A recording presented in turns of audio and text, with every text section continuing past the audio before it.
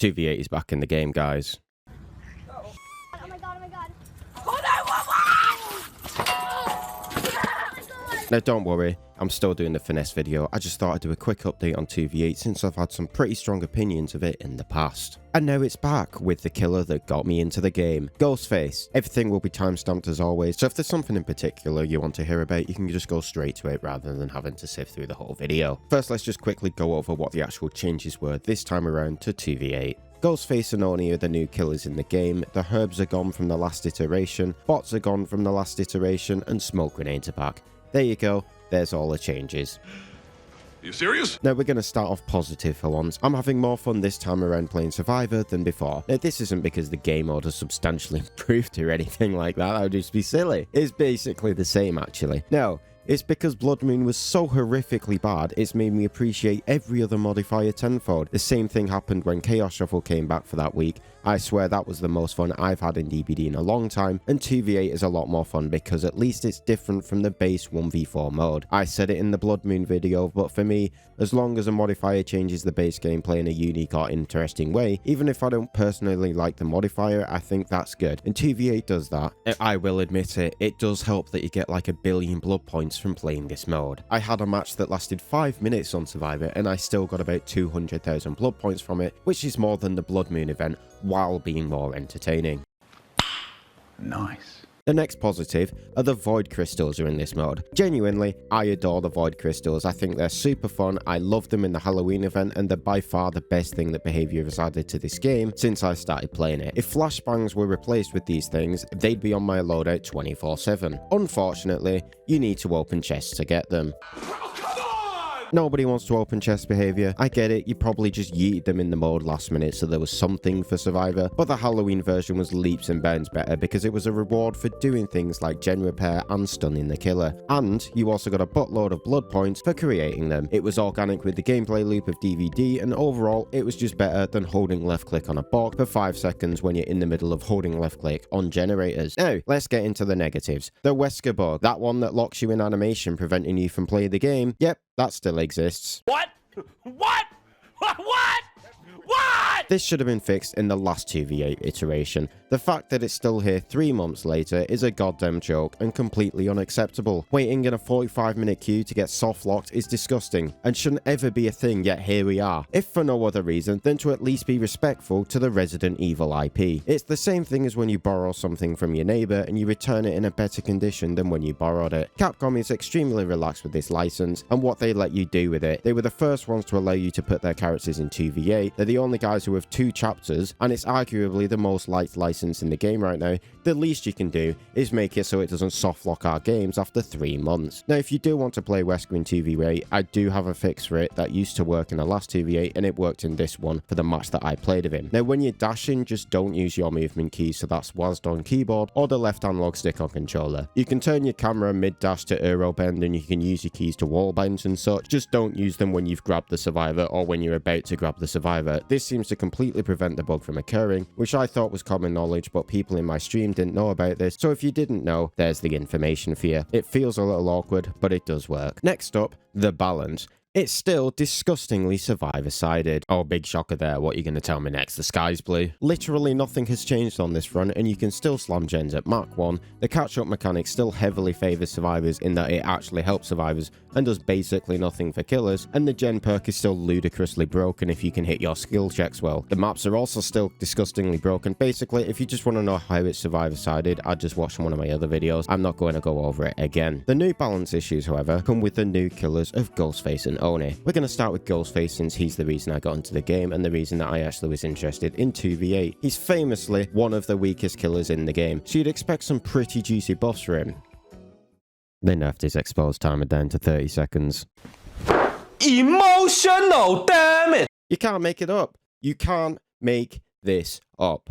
Blight and Nurse, the 2 best killers in the game, are in 2v8, and both of them have been buffed, but Ghostface having a 60-second expose? Now that's insane. We can't be having any of that. I haven't actually checked this in a while, but Nurse, the best killer in the game, has 7 buffs on her kit. 7! What the fuck, dude? Ghostface, who is arguably the worst killer in the game, got 3 buffs and a nerf. Oh, look. Here I go again. Now, he got some other buffs to his kit, like he stalks 10% faster, he gains Night Shred 15% quicker and stuff, but the fact remains he's arguably the weakest killer in this game, yet he's also the only killer in 2v8 who's had a nerf from his kit from 1v4, which I just think is silly. They even reverted Billy's insta-down nerf that they added from the first version of 2v8. His power is also inherently 2 times weaker because his counterplay for the survivors is looking at him, and there's twice as many people to do that with 455,000 things that they can look over in third person, so you get revealed all the fucking time. So Ghostface is kind of a boss, which brings us on to the Oni. He's hilariously broken in 2v8. Apparently Ghostface Exposed was too strong, but Oni's insta-down map pressure ability needed a buff. There's not even a small buff either. This thing has insane buffs across the board. Now when I say it got buffed, they really went all out on it. It's faster to get, it's faster to activate, you move faster in it, and you also have a much tighter turning radius while you're in the power as well. All this translates into death. Basically, you just die when you come across him. I like to imagine this is lore accurate Oni. Oh, fucking it. Well, we're dead. Fuck off, Oni. I don't know if he can chase us down here. Oh, he can. Yes!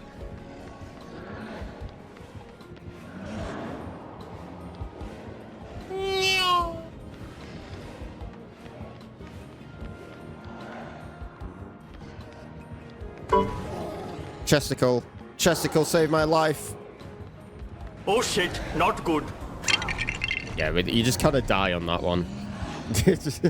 Now, this does bring him in line with the other killers and their power and their buffs in 2v8, but the reason Demon Dash is so strong in the base game is because he needs to earn it traditionally, which is a pain in the ass because he's just a mouse 1 killer. 2v8, he has a buddy who can go around getting injuries and help Oni by getting it with zoning, meaning the main downside of his kit just simply doesn't exist in this mode, and he's still got giga buffed through the roof. You basically just die playing against a good Oni in this mode because he's so fast and his turning radius is so insanely high. The only counterplay is the most boring thing to do in the game, comp drop, and even that doesn't really help against a really good Oni. I just simply don't understand the buffs to Oni, but then they nerfed Ghostface. It's like 2 different teams did the balancing for these killers. Like, how can you seriously buff Demon Dash this much and then think that a 60-second expose on the weakest killer in the game was just too much? But hey, that's par for the course with DBD these days. There's always the inevitable. Who cares about balance? It's 2v8. You need to shut the fuck up.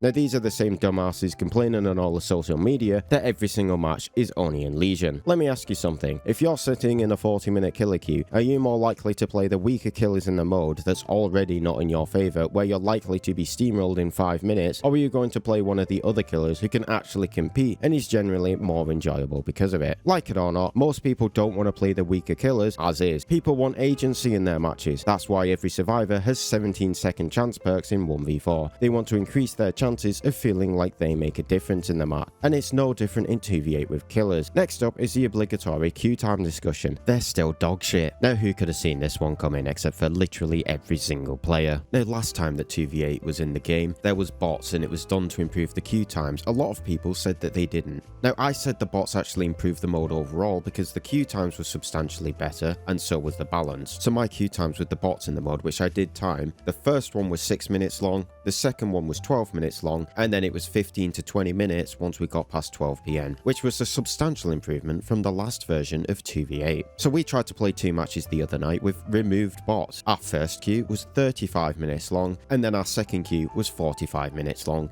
and then we stopped playing DBD and went back to Overwatch because we didn't want to waste our entire night waiting in 45-minute queues to get gen rushed in 5 minutes. I had many people saying their queues were no different. Now, I don't know what game you guys are playing, but it's clearly different from the one that me and my friend are playing. Their behavior said themselves that the bots' effects on queue times were negligible, but quite frankly, I don't believe them. They've constantly downplayed the queue times. Just in the last stream they did, they said it can be upwards of 10 to 15 minutes. As much as we all love 2v8, we all know that there's one very, very, very big problem with 2v8, and that's how long you have to wait as a killer to get into a match. 12, 13, 14 minutes sometimes. Oh, it's only 14 minutes sometimes, guys. It's only sometimes that it's 14 minutes.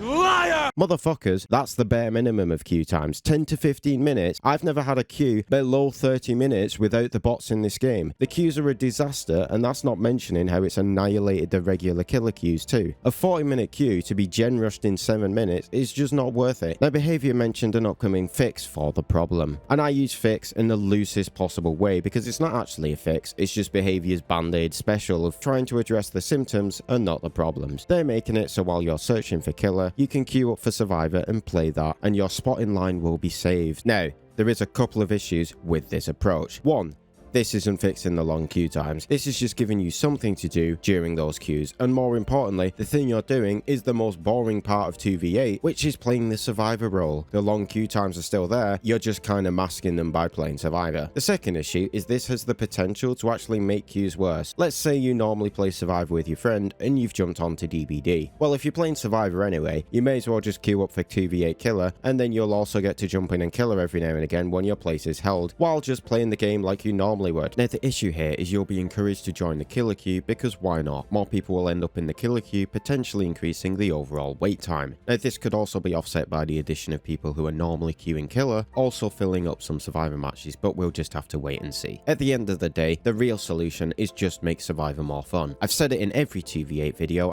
I have explained this to you until I am blue in the face. The classes are a failure and always will be because it strips away one of the core gameplay loops of DBD, which is creating build. That's literally the entire blood point system and what it's built on, and it just doesn't exist in 2v8. Give every survivor 2 to 3 perk slots with restrictions. Ban every endurance/second chance perk, or at least its effects if it's a multi-effect perk. So for example, Wiggle wouldn't give the endurance, but it would give the pickup speed. Ban all exhausted perks except for balance landing, smash hit, and maybe head on. Also ban vigil since you still let that stack for some ungodly reason. Lastly, ban any perk that affects generator speed, or at least remove that from the perk's effect. So if you want to get like aura on the generators, that's fine. Just removing all the cheese, and I promise you doing this will make more people want to play survivor without turning the game into second chance by daylight. God forbid, we might actually see some perk variety for once, and it will probably make the game more balanced because then the gen class won't be in the match like it is in 2v8. Totems would also actually serve a purpose because right now, all they're used for is farming blood points, and survivors would then be able to use the blood points they are farming in this mode. It's really not rocket science behavior. Anyway, that's all from me, gamers. I'll catch you guys in the next one. Bye for now.